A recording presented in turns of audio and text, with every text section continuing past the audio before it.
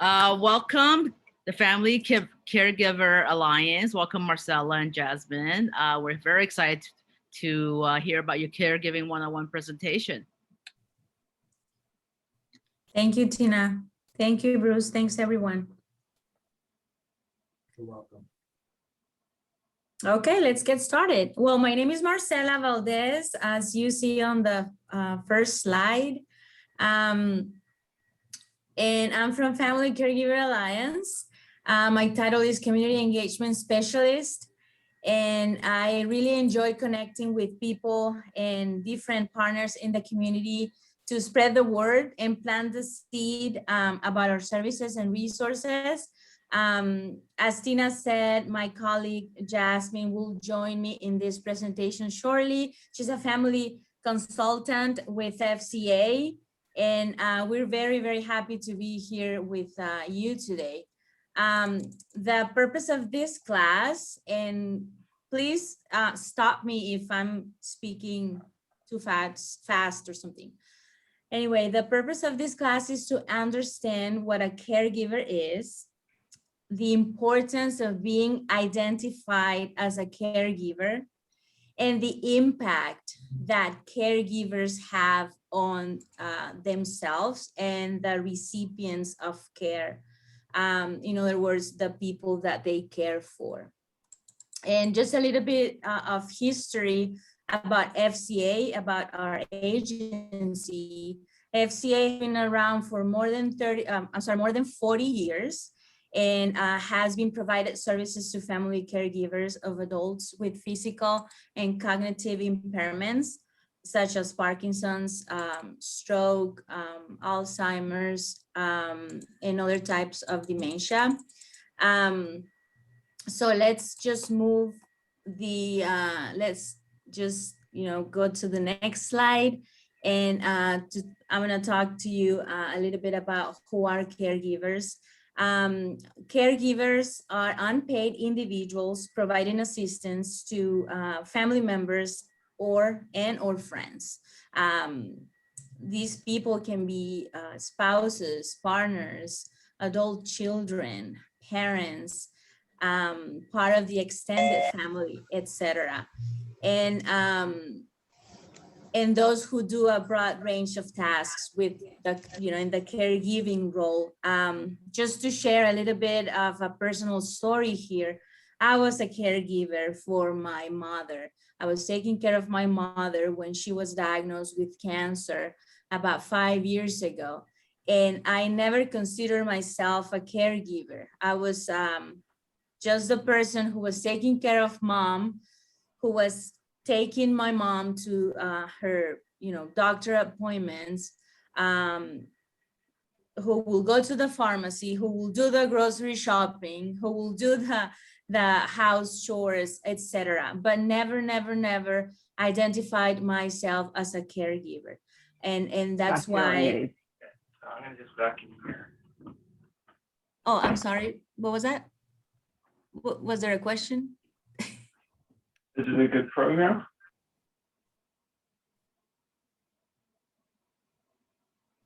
Go ahead, Marcella. Since somebody was on mute. Yeah, I went ahead and mute everybody. Go ahead. No worries, Tina. Okay, so as I was saying, it's very important to identify ourselves as a caregivers in order to take advantage of all the resources that our community has to offer.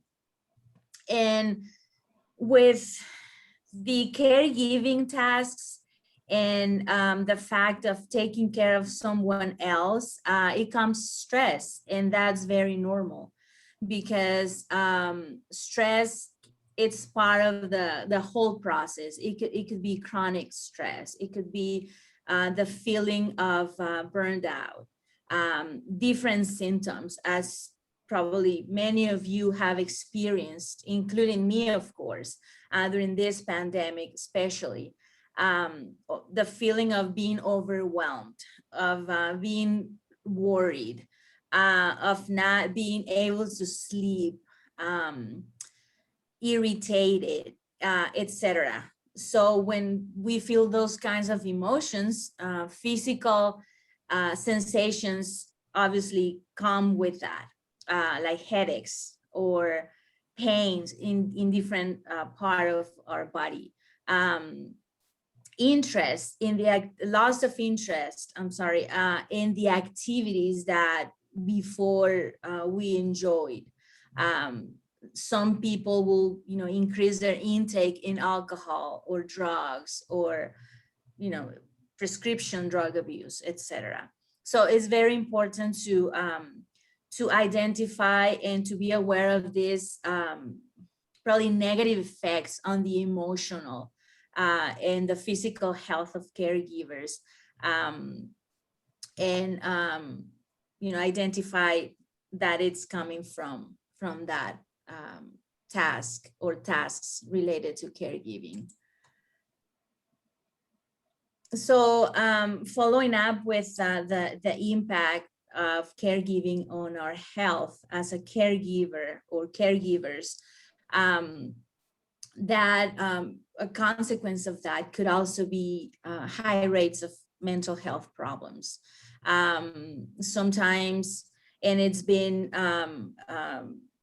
researched that the elderly spouses of caregivers, for instance, have a higher rate of risk of dying. And that's very interesting because you will never know that because you're so focused on providing care and you forget about yourself. And that's very important to take care of yourself as well, the self-care. There are lower rates of your immune response, immune system response. And this leads to more stress. So the next slide talks about, on the contrary, of the positive aspects of caregiving. In my personal experience, I was really, really proud of taking care of my mom. It was, in my culture, it's part of being able to provide and take care of your parents, and it's something that it gives you a lot of satisfaction, and also knowing that you are being compassionate and you feel empathy for in this case my mother or any of the person that you are taking care of.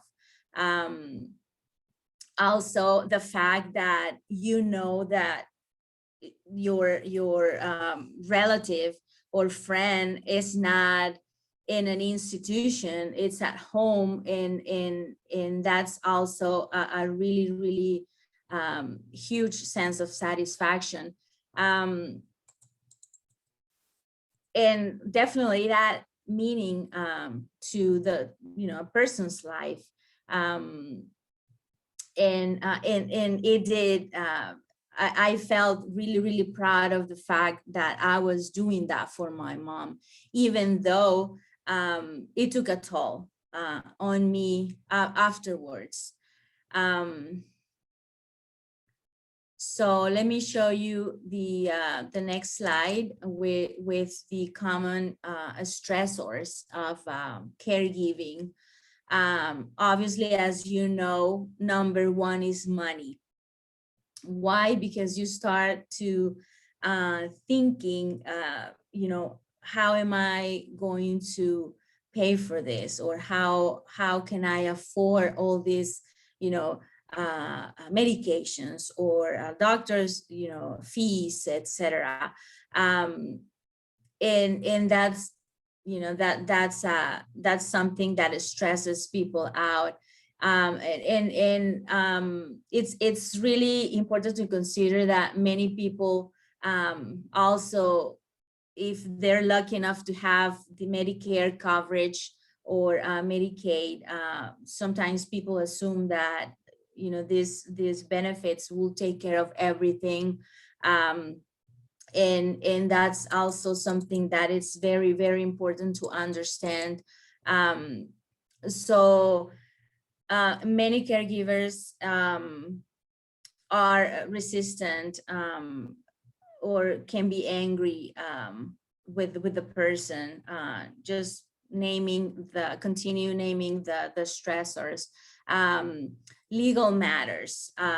It's, when your parents or the person you're taking care of don't have their matters in order, that can be also very stressful, because you will need all these documents, and to be able to advocate for that person that you are caring for. Home care is expensive. Financial or legal advice also costs money, and therefore the number one stressor is money. And as you know, all other aspects on this slide, the health and safety concerns,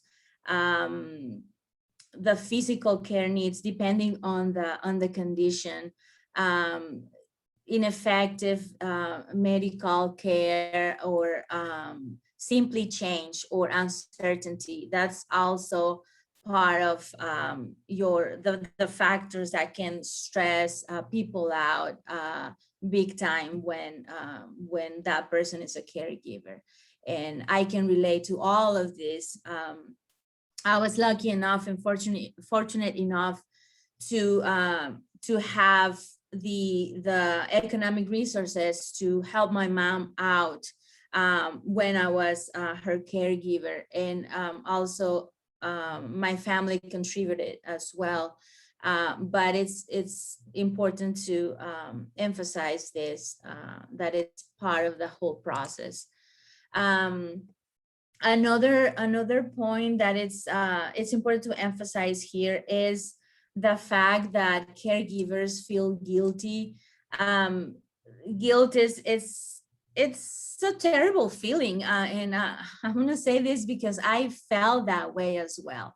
And it's the feeling that we have when we think we do or we're doing something wrong. Maybe we think about not being able to prevent the illness, or getting really anxious or impatient, or that I shouldn't, could have, would have, should have, right? Things like that. And then the fact of being able to provide perfect care for your loved one, because you're seeing them like firsthand experience how they have been affected with all these different conditions, and that is again, it's a negative emotion. It's guilt or versus regret, and that you're not doing something, or you're not doing enough about their needs, or anything that is related to the care recipient treatment or condition. So, and talking about the same thing and kind of along those lines, we really stress the importance of engaging with family and friends when you are a caregiver. Why? Because people often don't understand how difficult this task is, and the fact that it takes, like when people talk about childcare, when they say taking care of a child, it takes a village, and this is not different. Like I said, people often don't know how hard this can be, And of course, you cannot expect them to know, and you need to tell them, and you need to voice your concerns, and you need to be open with family and friends as well, letting them know what you need, and ask for help. And this is very important, because the fact of being isolated with all these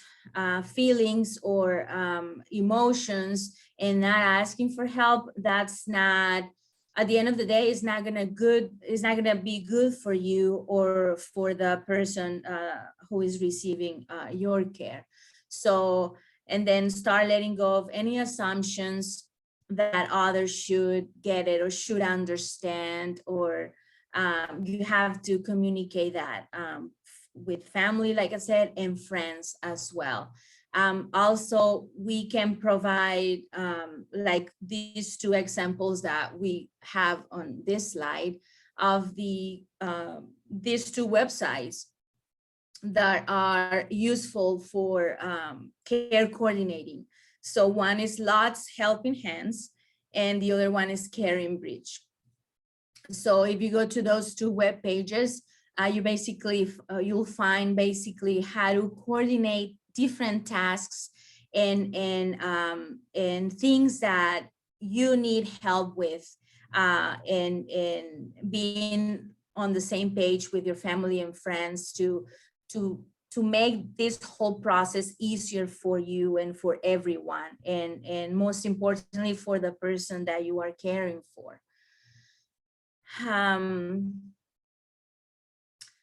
I'm sorry if there are any questions at the end. I'm not sure if I emphasized this in the beginning, but if there are any questions, you can just feel free to ask me. At the end of the presentation, we'll have a time to answer questions. So this slide talks about how to pay for help. And being money, as I mentioned earlier, the number one stressor in caregiving, it's important to point out the different sources that you can use to pay for care. Medicare, as I mentioned earlier, it's the benefit that seniors have when they have worked all over their lives, and they get to an age of retire, and they can pay for their health costs.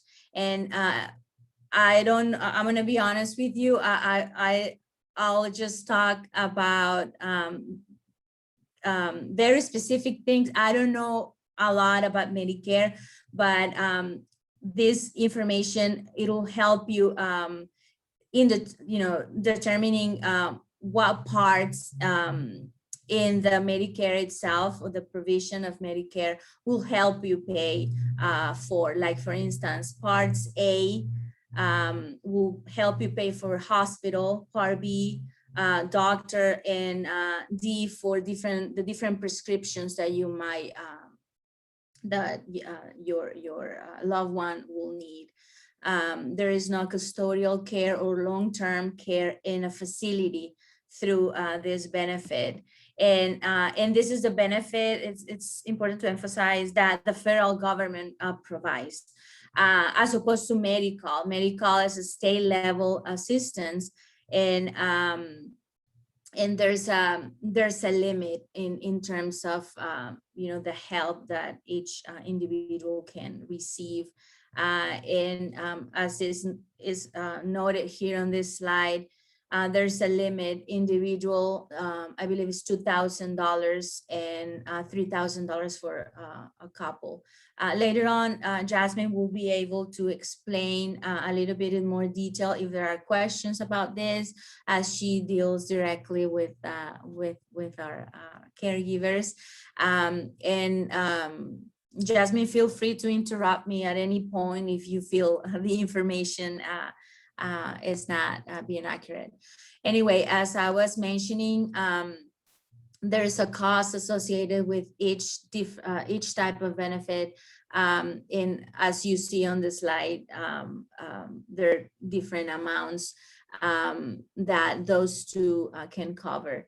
The long-term care insurance, whether or not you are eligible, there's eligibility period, and what is important to know that and make sure that you have those dates available or written down, and what is exactly what they cover in terms of your long-term care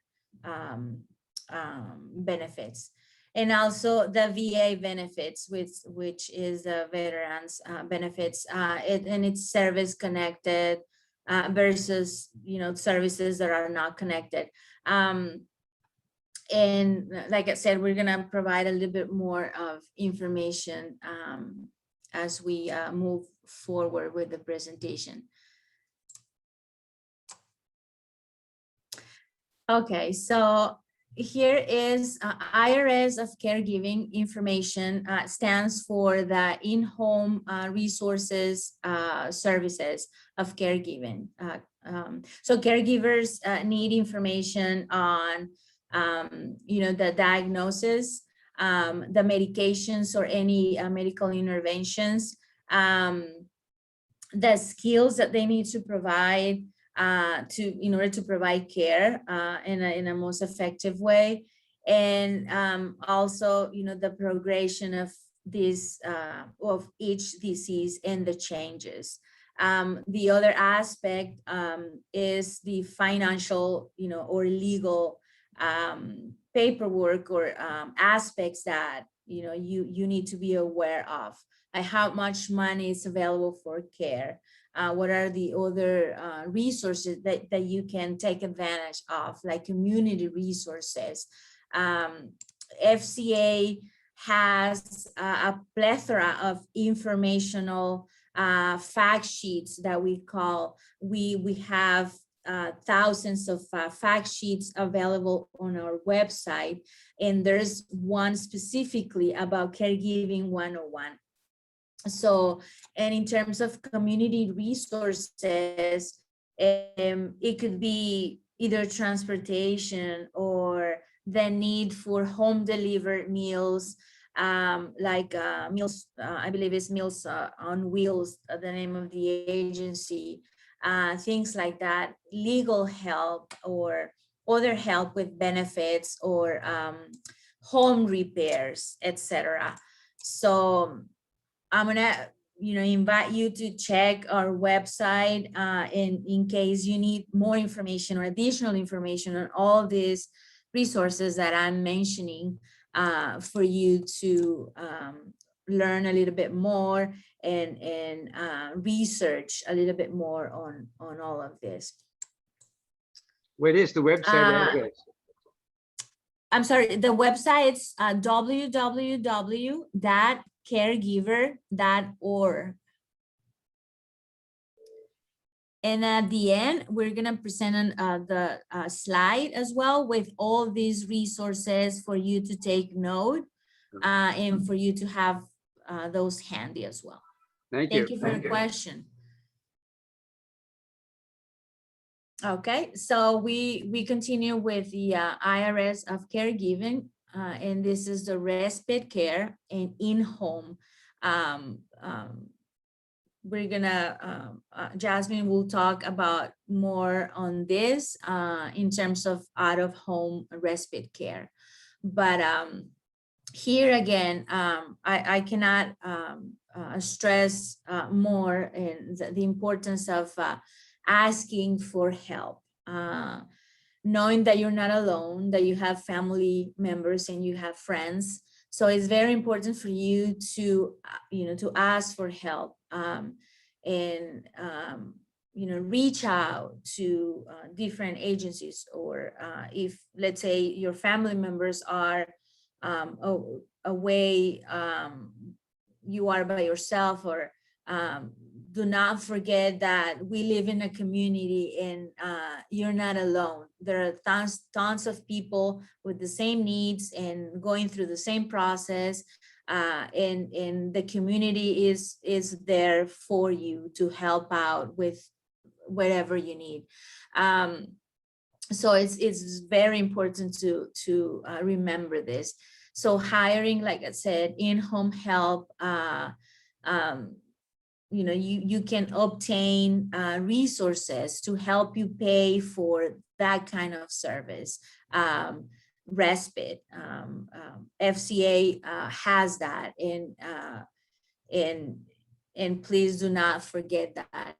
So home care agencies, that will be another resource. Non-medical or personal care, or if you want to hire help, you know, privately, someone who will help you out with, you know, going to, you know, the store, or helping out with your loved one, like in terms of moving physical, you know, moving the patient, or you know, whatever your need is, depending on what you need. If you cannot afford to hire help, we're here for you.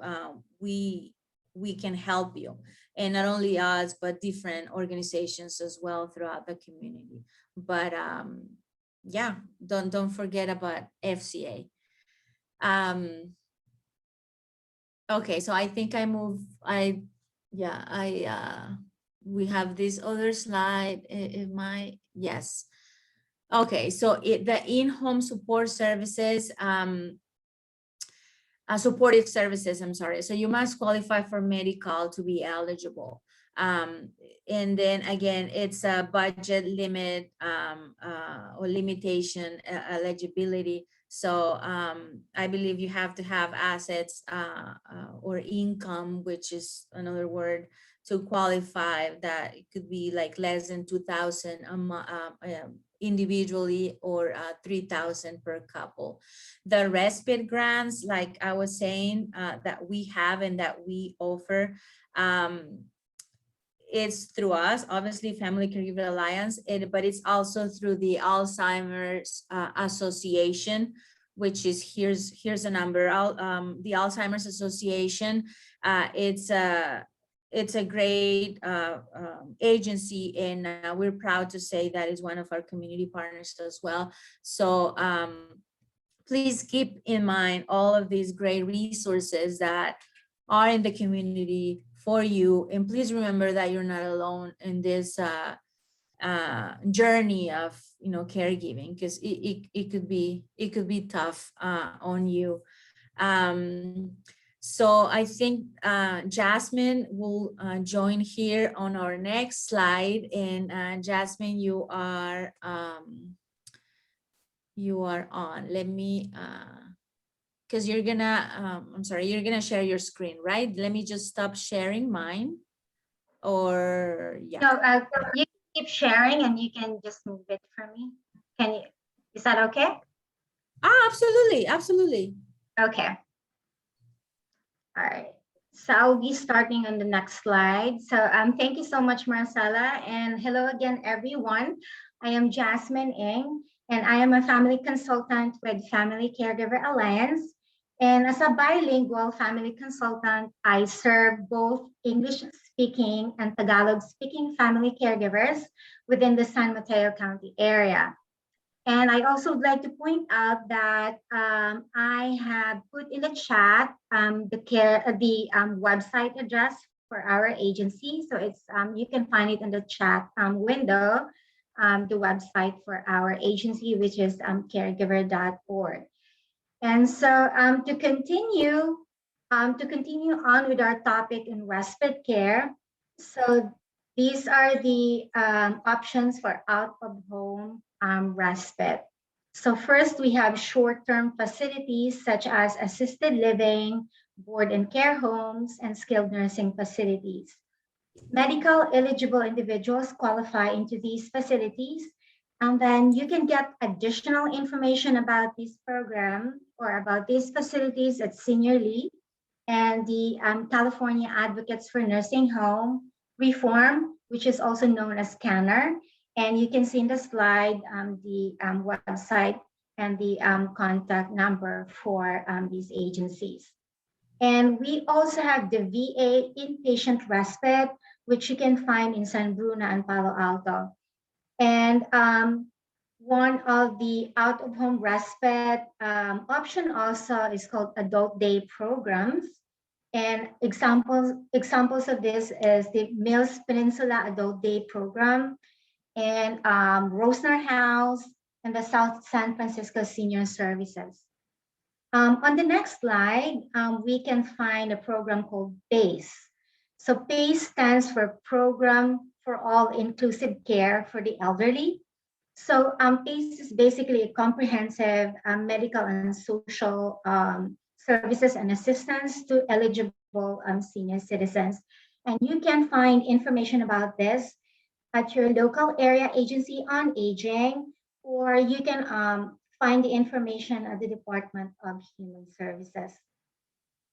And then, of course, there are certain eligibility requirements, which is for example, the age. You have to be 55 years and above, and then you have to meet the eligibility requirements to be at a skilled nursing facility. And of course, you have to be on medical or Medicare. And one of the services provided, or a list of services provided, would be medical assistance, adult day health, in-home care, and transportation.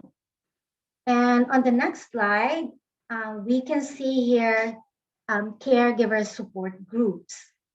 The caregiver support groups can be offered through senior centers, hospitals and clinics, and community centers, or at a disease-specific groups or organizations such as Alzheimer's Association, the ALS, MS, Parkinson's, stroke, and many other disease-specific groups. And you can find all these groups within San Mateo or throughout the Bay Area. And you can also get the support groups, which can be offered in non-disease specific groups. And again, you can find it not only in San Mateo County, but within the San Francisco Bay Area. And of course, we have the online support groups, which is ongoing right now, presented and offered by the Family Caregiver Alliance and the Alzheimer's Association. So as you can see here, we have the address for our website as well as the Alzheimer's Association. So Marcella and I are really encouraging you to visit these two websites. In our own website, we have a wealth of information about specific caregiving related topics, and then any health topics. And then you can also explore the website of the Alzheimer's Association, wherein you can find many additional information about dementia, about Alzheimer's, and they have a very good number of resources also in caregiving. And on the next slide, we have the Friendship Line. This is a 24-hour phone service offered by the Institute on Aging, which is based in San Francisco. So basically, you can call this Friendship Line 24/7, and you can speak to a counselor if you are having some issues, caregiving related issues. You can discuss struggles, and then if you just need information on certain topics, then certainly you can call this 24-hour program. And we also have listed here community and social service agencies. And one example of this is the Aging and Adult Services in San Mateo County. And this program offers information and referral regarding abuse prevention, public guardian or authority or in-home care, nutritious meals, any nutrition programs such as home delivered meals or great plates, and so much more. And then additional information also Um, counseling is also offered by FCA. So individual counseling for family caregivers who express their need to connect to a counselor to be in a one-on-one level of support as a family caregiver. So on this slide, we can see here legal issues information, and it is listed here. These are the legal documents to look into as early as possible. And as you can see here, we have the durable power of attorney for finances, advanced healthcare directive, trust and conservatorship, and good resource for these documents are again CANR, or the California Nursing Home Reform. They have a very good website. I can put it on the chat later, the website address, so that you can explore it after this webinar. And then another good resource would be the Bay Area Legal Aid, and then the Legal Aid Society of San Mateo County. And you can also find legal fact sheets on our website. And also, you can speak to your medical provider or your health insurance about these legal documents. And on the next slide, another good resource for family caregivers are the family caregiver, I'm sorry, it's the VA caregiver support line. And it has the number, the hotline to call if you wish to connect to a counselor, a caregiver counselor under the VA. And then, okay, we have the information here for the California Advocates for Nursing Home Reform, also known as CANR. I also encourage everyone to visit their website. They have a very good resource of information about legal documents, which is very useful and relevant to everyone, not just for you, but for the whole family.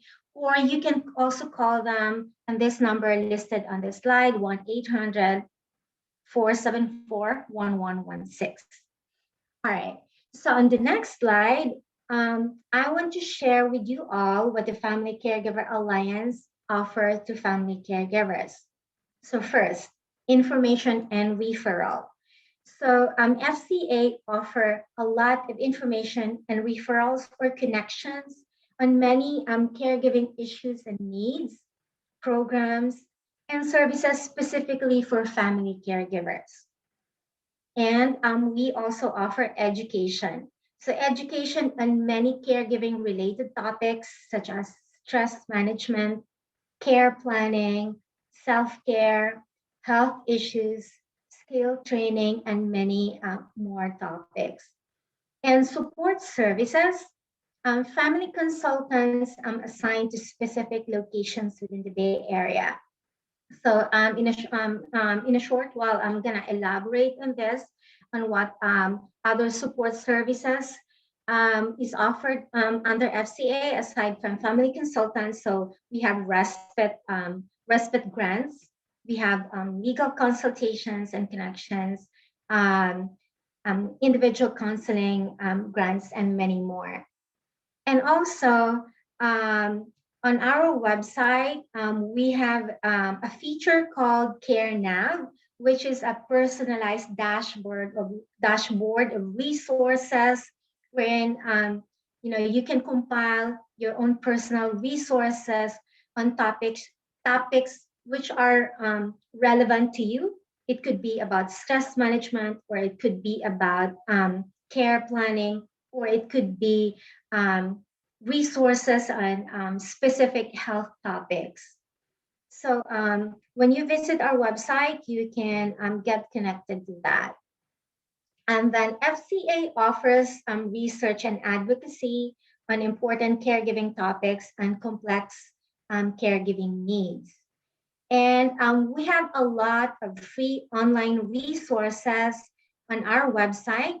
And we have fact sheets on many different topics all about caregiving, family caregivers, and things like that. So not only that, we also have a lot of webinars, newsletters, and then we have the ongoing support group for family caregivers right now. All right, so on the next slide, I would like to stress the support services offered by family consultants. So family consultants are available within the counties covered under the Bay Area Caregiver Resource Center, and that includes Alameda County, Contra Costa, Marin, San Francisco, San Mateo, and Santa Clara as well. So what we do as family consultants is we conduct a comprehensive caregiver assessment where we discuss with family caregivers their current caregiving situation, identify areas of concerns and caregiving struggles, provide education and resources on relevant caregiving issues, and also help family caregivers navigate complex issues.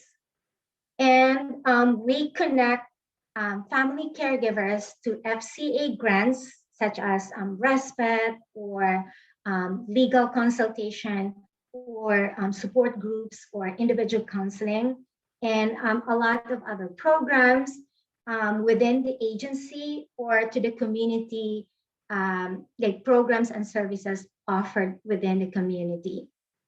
So as family consultants, we also offer ongoing consultation. So what does it mean? So it means that you can connect with your own family consultant when a need arises and follow up, and you can also make follow up on certain specific issues. So in order to connect with a family consultant, you can contact the FCA intake number at 415-434-3388. So this is the first step to get connected to a family consultant. Call our intake line because we need to do an assessment, an intake first, whether your needs and your requests are something that we can help or offer at FCA. So we strongly suggest you call that number if you know of a person who you think could benefit from FCA services, or if you yourself as a caregiver is interested in connecting with a family consultant to just find out what resources are available and what other services and assistance we could offer you. So thank you so much for your time and attention today. And I'm going to give the floor back to Marcella to facilitate the question and answer portion. Thank you, Jasmine. And yeah, with this, we finish our presentation, but not before asking you if you have any questions or comments. This slide shows a little bit of what we are and what Jasmine has explained. And that's the information that you can have handy there if you need to call us or contact us. If are there any questions that you might have or comments?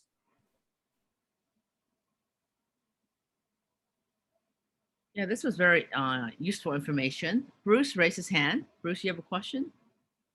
Yes, so no, I don't, but thank you both for doing this.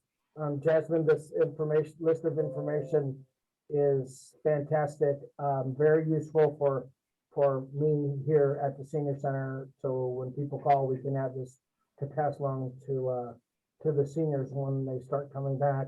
And Marcella, thank you for sharing your personal story about you and your mom. It always amazes me with people when they're able to turn from lemons to lemonade. And it's great that you were able to teach us from the experience that you've had. And it makes it that much more valid for me that this is coming from a person who has experienced this. So thank you very much for that. No problem, my pleasure. Thank you all for having us, and remember we have we can serve in different languages: Chinese, Tagalog, Spanish. Please don't forget about, you know, all the help that we can provide. Maybe in the future, we can do one in Chinese. Absolutely, Okay. absolutely. We'll make sure to contact you for that. We do have, Tina did with the self-help of the elderly, and we ended up receiving 40 participants that day. So Yeah, Well- yeah, it's a big need, and especially in the Asian American community. Absolutely. We're there for you. You're not alone. Remember that. Yeah. But thank you all again. Thank you so it much, was a Jasmine. pleasure. Thank you, Marcela. No, you're welcome. Thank you. You're Right. welcome. Thank It's you, a Jasmine. pleasure. Yeah, before we Thank you. take a poll. Thank you. Oh, Thank you. Oh, there's a poll? Okay.